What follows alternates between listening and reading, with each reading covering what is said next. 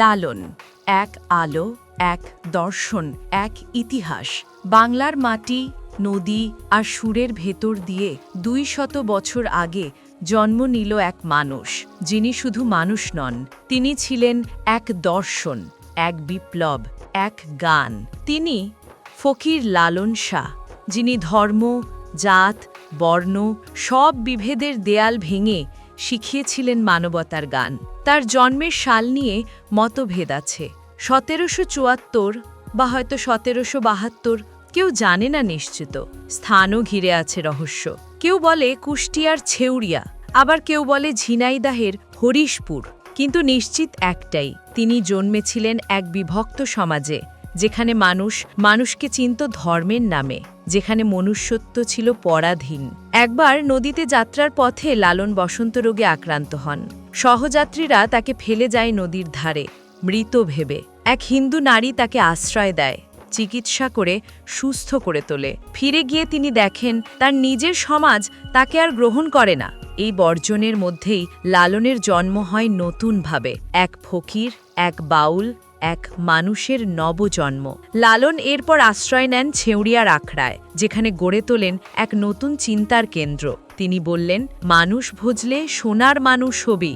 তিনি শেখালেন, মানুষের ভেতরেই ঈশ্বর, ধর্ম নয়, মনুষ্যত্বই আসল। তার গান গেয়ে উঠল মাটির মানুষ, গরিব, কৃষক, নারী, দাস সবাই।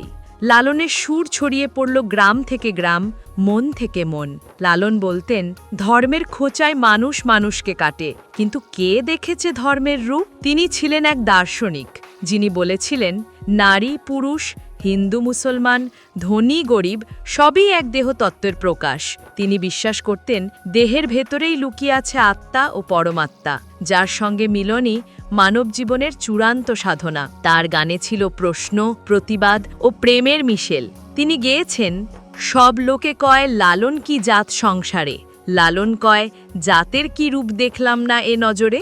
আরও বলেছেন, খাঁচার ভেতর অচিন পাখি কেমনে আসে যায়, ধরতে পারলে মন জ্বালায়।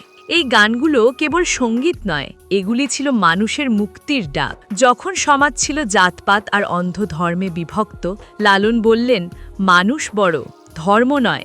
তিনি ছিলেন সমাজের চোখে বিদ্রোহী, কিন্তু মানবতার চোখে একজন মুক্ত সাধক। তার আখড়ায় আসত সব ধর্মের মানুষ, তারও জন্য বন্ধ ছিল না সেই দরজা।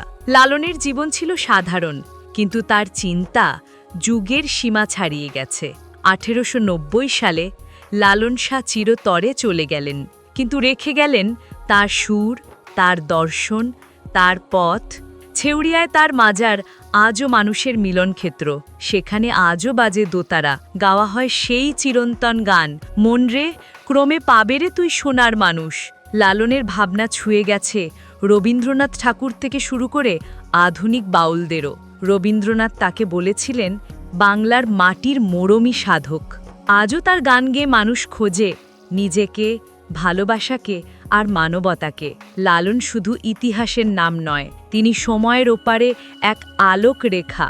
তিনি শিখিয়েছেন, মানুষের ভেতরেই আছে ঈশ্বর, আর ভালোবাসাই হলো মুক্তির পথ। তার গান আজও বাতাসে ভেসে বেড়ায়, পথের ধারে, নদীর পাড়ে, কারো কণ্ঠে। আমি একদিনও না দেখিলাম তোমায়, বলো সোনার মানুষ কেমনে পাই। লালন ছিলেন, আছেন, থাকবেন। যতদিন মানুষ থাকবে, ভালোবাসা থাকবে, মনুষ্যত্ব থাকবে।